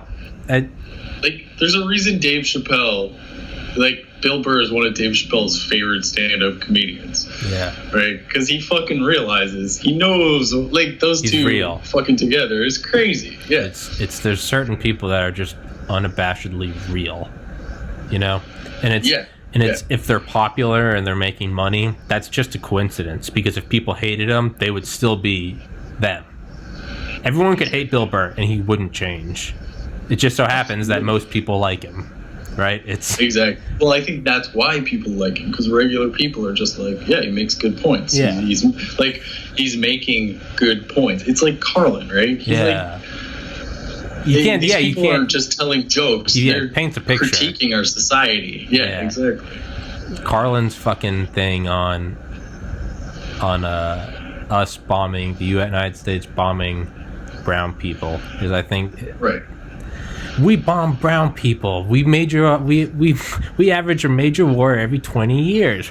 We bomb brown people. If you've got brown people, tell them to watch out because we're gonna bomb them. When's the last time we've bombed white people? Have we ever bombed any white people? Yes, once. Who was that? The Germans, and that's only because they were trying to take over the world. Bullshit. Yeah. That's our fucking job. It's the only time we've ever bombed any white people because they were like, hey, they're trying to get in on our action. Uncle Sam said, fuck you. And then we went back to bombing brown people. But it's true. Who's the only people? He was the only other like white Anglo-Saxon country we went after. We went after the motherfuckers who said they're going to take over the world. Buddy. You're coming into Uncle Sam's company. Yeah. Yeah, man. And like I like comedians like that tell these like kind of stories. They're just critiques on society as opposed to just like telling race jokes. You know what I mean? It's just like, man, fucking go home. Low hanging your fruit. Shit's weak. Yeah, low hanging fruit. Shit's weak. I'm offensive. I'm raw. Bleepity bleep bleep. Like, dude, you're just rattling off. You're just rattling off buzzwords. Anyone can do that. And it's like, okay, you know that fucking Steven Crowder guy. So I know the name. Like, I don't know him. Like, I know the name. You know, he came to popularity exactly like this. He was a shitty stand-up comedian. No one fucking thought he was funny, but his dad's got money. So he was able to get like this podcast fucking pushed on through, right? Yeah. The latest video I see of him is, so I guess it was during the riots or whatever, protests, but more where the riot happened. And so, okay, I live in a city. I've lived in a city a long time. If you see plywood on a store, that's basically two things are going to happen. You're going to get posters and you're going to get graffiti, right? Nobody considers it fucking vandalism because it's a piece of plywood you can fucking take down. Do you know what I mean? It's literally like putting it up for hurricanes or yeah. So this Crowder motherfucker approaches this black guy just like drawing a picture on, I don't know who he was drawing it of, probably George Floyd or something, but like, it's irrelevant. They get into a conversation about like why this shit's happening, and the guy's like, well, you know, if people are pushed to a certain point and they're not getting any justice, they're going to react with violence. I'm not saying it's right, I'm not saying it's correct, but it's like the logical fallout of human nature, right? Yeah. So what's Crowder's response? We should call the police on this guy. He's drawn like. This is the essence of what these fucking people are. They go out looking to fucking fight argument. Shit up. And then, to stir shit up and then hide behind their bitch ass privilege when someone makes a correct point. Yeah. Like these, I fucking hate. Like that's why I don't respect these like right wing thought guys. Like, I can't get behind them because they're not actually I can see they're just a bunch of fucking shills. Yeah. And they got them on the left too. Like, except they usually have cable programs. It's just the flip. Right? Yeah, it's just the flip side of the coin. It's a mirror of the same thing. You're basically Ellen on the street. Yeah. To me. Yeah. You're fucking Ellen. Yeah, it's like you're not getting canceled. You're just an asshole. Yeah. You know, like if they tried to cancel Bill Burr, it'd be like, yeah, you just don't like it because he's like poking some buttons that maybe hit close to home, right? Or a Rogan or a Diaz.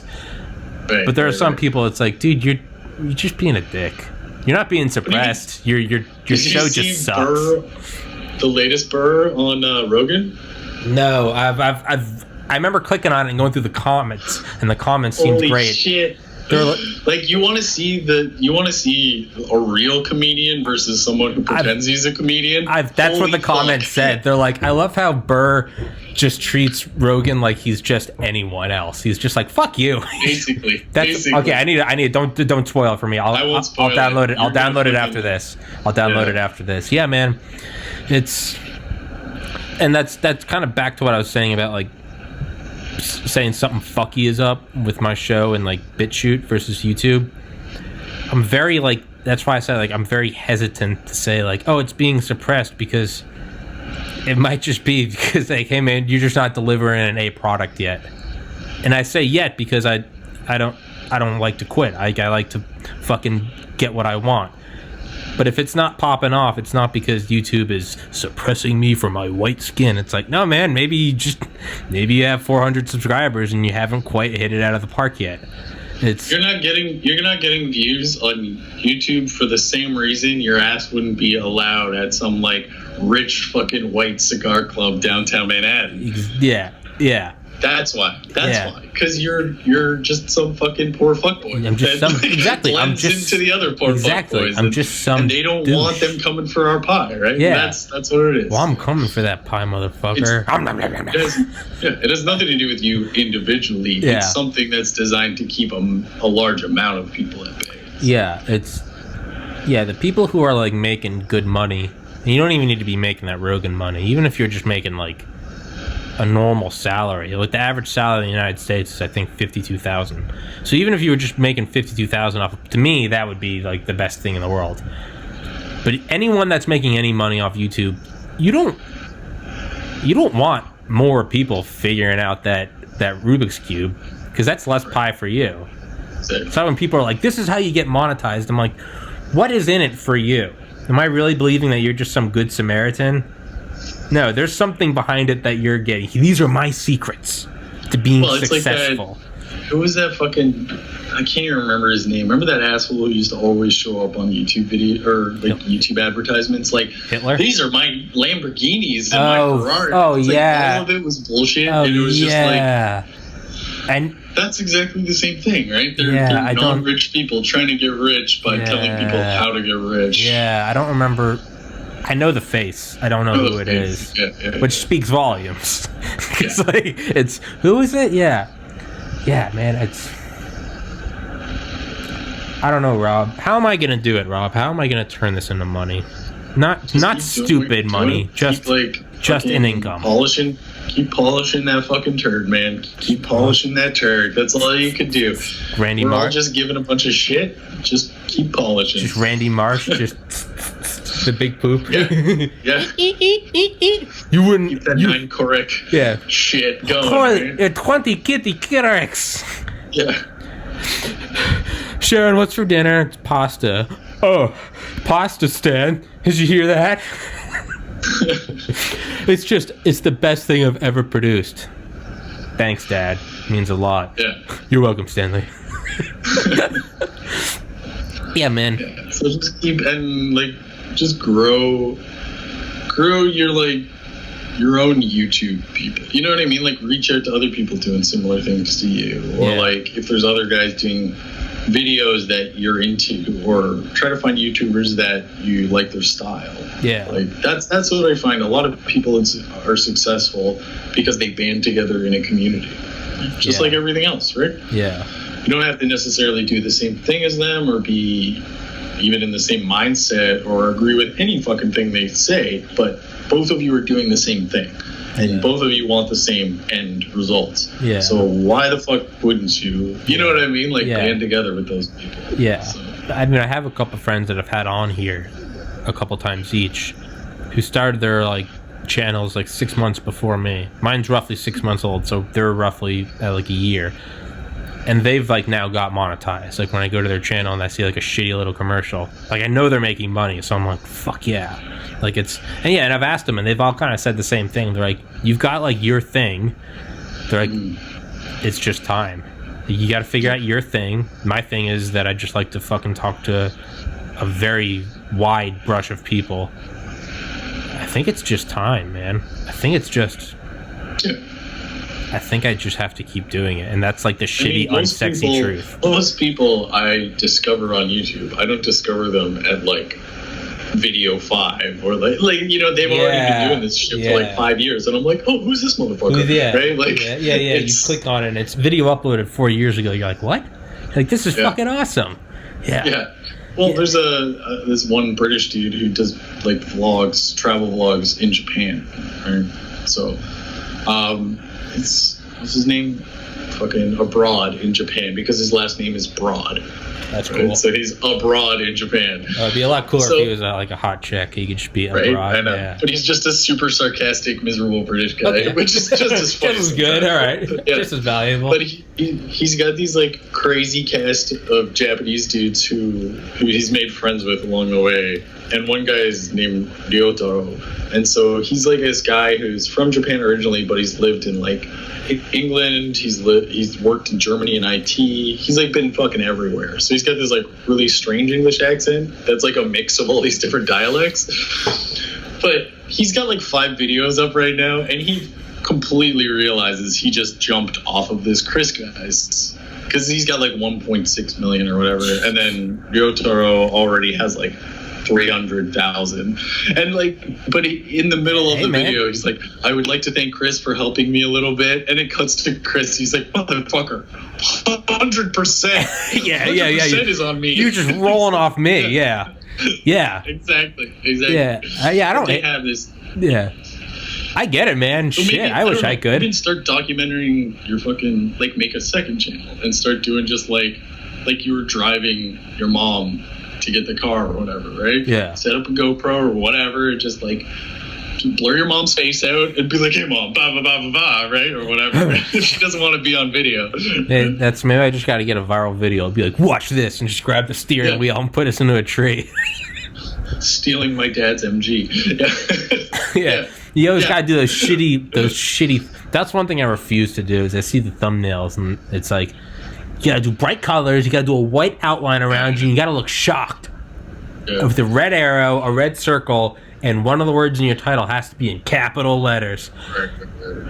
When I first started this podcast, I swore an oath to myself that I would never do any. I was literally like, I will do everything else to try to get this channel going. I'll go on websites I hate, like Facebook and Reddit, if it means I gotta spam my podcast there. Yeah. But I told myself, I was like, just staying true to myself. I was like, I will never.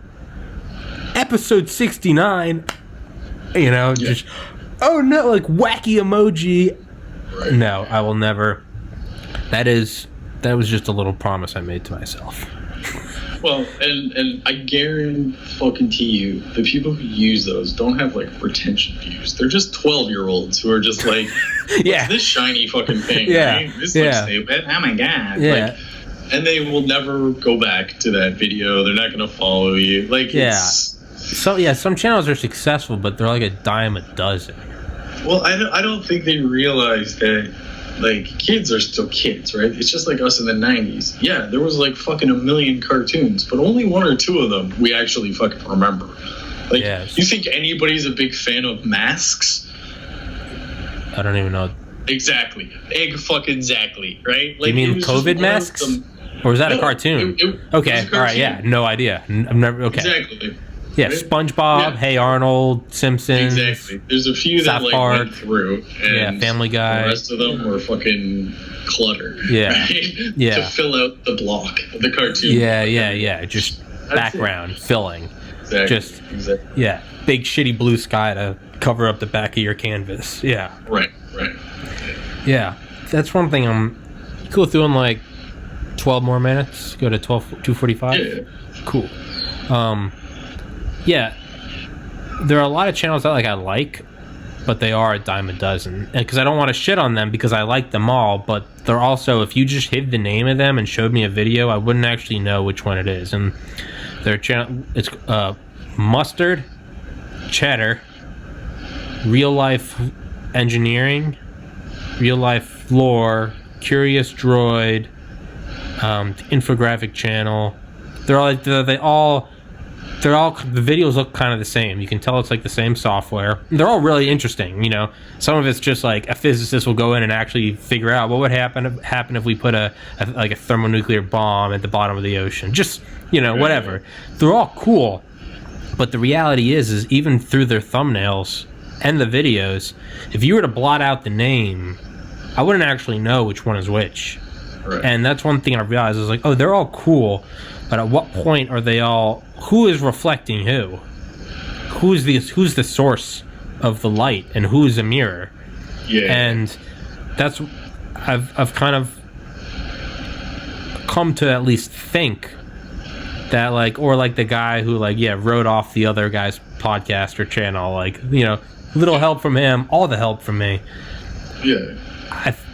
I think I just got to do my own just viciously unique thing, for better or worse. And I think it will probably grow much slower, but I think it will have much more staying power. Does that make sense? Absolutely. More. So I just watched a video. Do you know the AVGN, Angry Video Game Nerd? You ever heard of this? I've heard of the name. Okay, so he was one of the YouTube pioneers, basically. Is that the video you sent me? Pardon? Is that the video you sent me after the last episode we did? No, that's Angry Joe. That was more. Okay. He's more recent. No, this guy was way back, just after I finished high school. So 2004 or 5. Yeah, he would just play old Nintendo games and just comment on how shit they are. But it was absurd, and I guess he was telling a story because he was doing a review of Aqua Teen Hunger Force. You remember that show? Yeah, John and I used to watch that. Yeah, I fucking love that show. So, he was talking about one time they were in like Milwaukee or something, and they ran into the guy who created it. Oh shit! And they were like him and his buddy who did their channel, and he's like, so like, what do we have to do? Like, what do we do with like what programs do we use? And he's like, fucking Photoshop and Final Cut. He's like, just Photoshop and Final Cut. Figure just it out, do man. Whatever you're gonna do. Don't worry about all this production, and just fucking have some kind of vision and just do it. People don't really give a shit what it looks like as long as like the message is getting across, right? Like, look at Adult Swim. They literally made they changed animation by reusing old Hanna-Barbera animation and making bullshit shows out of it. Like Space Ghost Coast to Coast. Was literally just old Space Ghost footage that they cut together with celebrity interviews. It was like Eric Andre show before the Eric Andre show. Yeah. Even early South Park. Right. Early Family Guy, early anything, you can see the animations just shit. That's what I feel like it is like I just gotta like choose the thing and do it, and as it succeeds you'll be able to brush up on other stuff, like get a crisper image, better audio, better animations, but it's like you just start, and I think I'm just chomping at the fucking bit. It's I don't know, Rob. Maybe I just need to like interview Putin or something. Go to North Korea. Look. Interview Kim. Exclusive podcast with Kim. I don't think Kim's alive anymore. Me neither. I think he probably has a heartbeat, but I think he might be a vegetable. Yeah. Has he come out at all? In like 2 months? His sister's throwing fucking firebombs though. So. Yeah, his sister's like terrifying.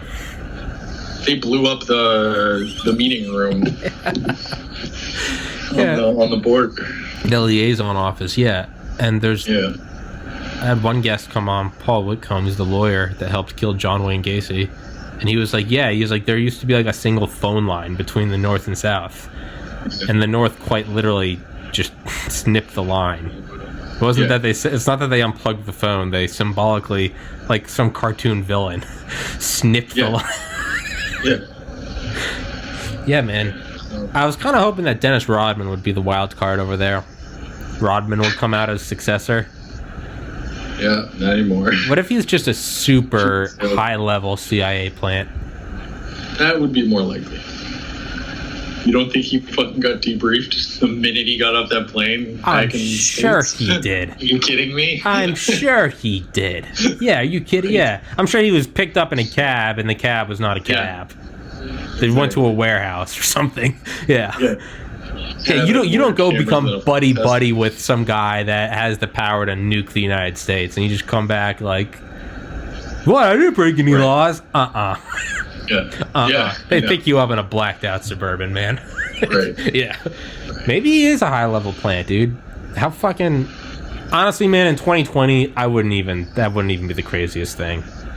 It came out that Rodman like killed Kim, and that's what happened. It would just seem par for the course at this point. It'd be like, Well, I did just see that like other post about on Demolition Man. I don't know if you've seen that movie. Yeah. But like Rodman actually studied like Shotokan karate, and his it was the same thing with like Bruce Lee, where he's like during the fight scenes he was moving too fast. Like his punches were too quick that they were like, "Sir, can you slow that down? They're not registering on the camera." So like the guy knows how to fight too. So it's like, what don't we know about Dennis Rodman? I think he's a high level plant, dude. Possibly, because we haven't heard from him either since then. Ooh, it's been conspicuously quiet. Or I was gonna say make a body double, but there's gonna be no one more difficult than Rodman to make a body double of. It's not me. It's some generic white guy. It's like trying to make a body double of Post Malone or something. Like, good luck. What if I wonder how much that happens though, like when bands go on tour to certain places. Sure, go to denied countries. I'm sure, man. I'm sure that the CIA's got someone in there. Or like, one of the roadies or some shit. Yeah. I mean, dude, Ben Rich, the former CEO of Skunkworks, Lockheed Martin, he died in like 95, but he was invited to Russia and like the Soviet Union, like the final years of the Soviet Union, when they built the Antonov 225, that big ass 6-engine cargo jet, and he was invited to come see it, and he could bring his like wife and like one more. So his wife's cousin, wink wink, came along, who was a CIA structural engineer. Exactly. And she posed for pictures with Ben Rich's wife as they were cousins. You know, right. Of course, poses in front of all the things they want pictures of. They pose, make sure you get the engine, like, you know, so you can see the fuel source. I'm sure they do that all the time, dude. Yeah. If you're touring in, like, Moscow. Yeah, man, why not just... That's a beachhead. But no American artist get to go to North Korea. Enter Dennis Rodman. Right, exactly. If you're buddy with, there's like Rodman dies in like 2040 or something, and there's like a state funeral for him. It's like the U.S. president is like, they served in silence. There's like put like the Medal of Honor, and it's like, what the fuck? Seriously, it's like all all the living presidents are there. Like Rodman served. Right. Not only was his jump shot killer. I got nothing else, Rob. I gotta go piss, so no worries. I'm gonna wrap this bitch up. Hey, fuck you, JP, for, I guess, his... Having to work and have a family. What an ass. What a selfish... How dare you be a good father? You are tearing this country apart with your responsibilities and work ethic. Fuck you. Why can't you be more like me and Rob? Losers. Losers. Fuck you, JP. Losers. We definitely need to do one, though, with you, me, and JP. I'm going to be up at the lake house for like a week, so. But, yeah, that's all I got. Oh, me too. Till next time. Canadian correspondent Rob Anton and, signing off. From Canada. From the south of you. Are you the south of me? Yeah, technically. No, I'm in Maryland, dude. I'm not in Maine. Yeah, it's still farther north than Toronto. Maryland is not farther north than Toronto. Isn't it? No, Maryland's like 5 hours south of New York. You're not even close, Rob. What the fuck are you talking about? Look up Maryland. No. We're not finished yet. Look up Maryland on a map. I'm on it. Oh, yeah. GFM. 8 hours. No, you need to find it on a U.S. map. Yeah, okay. I'm not, I fuck get you. confused about the northeast. Fuck you. I'm not, I was like, wait, what? Pennsylvania. Right, I felt really stupid because... that's too far. I was excited. I thought you were like up in the northwest. No, man, I'm in the middle. I'm in the middle of fucking I was gonna nowhere. be like, oh, sweet. One day I could just fucking like drive on over. And no, like, we're in the middle. Rob, where are you for the podcast? And I'll be like, I'm right here, motherfucker. Right here. Yeah, but knowing you'd end up in Maine, and I'd be like, dude, I'm in Maryland. You're just. You'd be like, all right, I'll go get a hotel room. All right. I'll see you in 9 hours. Fuck you. Yeah, I felt really dumb for a minute because I was like, no, you're right. Well, no, I started thinking I don't know like, why I thought you were fucking all the way up there. I started thinking for a minute that like, I didn't understand Canada. I was like, wait, does Canada like dip down? I started thinking, is there like an island? Does Canada have like an island? I mean, I do live on Canada's dick, so. Yeah. On true. That note, if you look at the Great Lakes, this is Canada's spiny dick. Oh, sorry. Wait, dude, I don't know any geography. Are you on is Toronto on the Great Lakes? It's right on Lake Ontario. I don't know that, man. I live in my neighborhood's called The Beach. Why? How come it isn't like Ontario then? Why? Because I have no fucking idea. Well, get on that. Ontario's bigger than Toronto. Fuck you. Yeah, I didn't. Yeah. No, the biggest offense is that half of Lake Ontario is in the States. Yeah, how does that go? Does the border just cut through it? It does. So like we're allowed to cross the border, but we're not allowed to land. Yeah, that's weird. How do you? Yeah. Does the U.S. Navy have a presence in the Great Lakes? I think both are. I think they're just what do they fucking call it? The guard, National Guard, Coast Guard. Coast Guards. Yeah, we both have Coast Guards lined up, staring at each other from across the lake. Like the DMZ. Yeah. Yeah. Those fucking Canucks. While all these drunk people party on like houseboats. People are drowning. Dude, you know, I leave it to Trump. Trump will put an aircraft carrier on there. Jesus Trump will Christ. put a fucking super carrier right in the middle of a lake. All right, Rob. All right. Let's go. Solid podcast, and check it out on BitChute and Spotify in case this one gets yanked. I doubt it will. All right, man. I'll text you when it's uploaded. Sounds good. Peace, brother. Stay safe. Peace.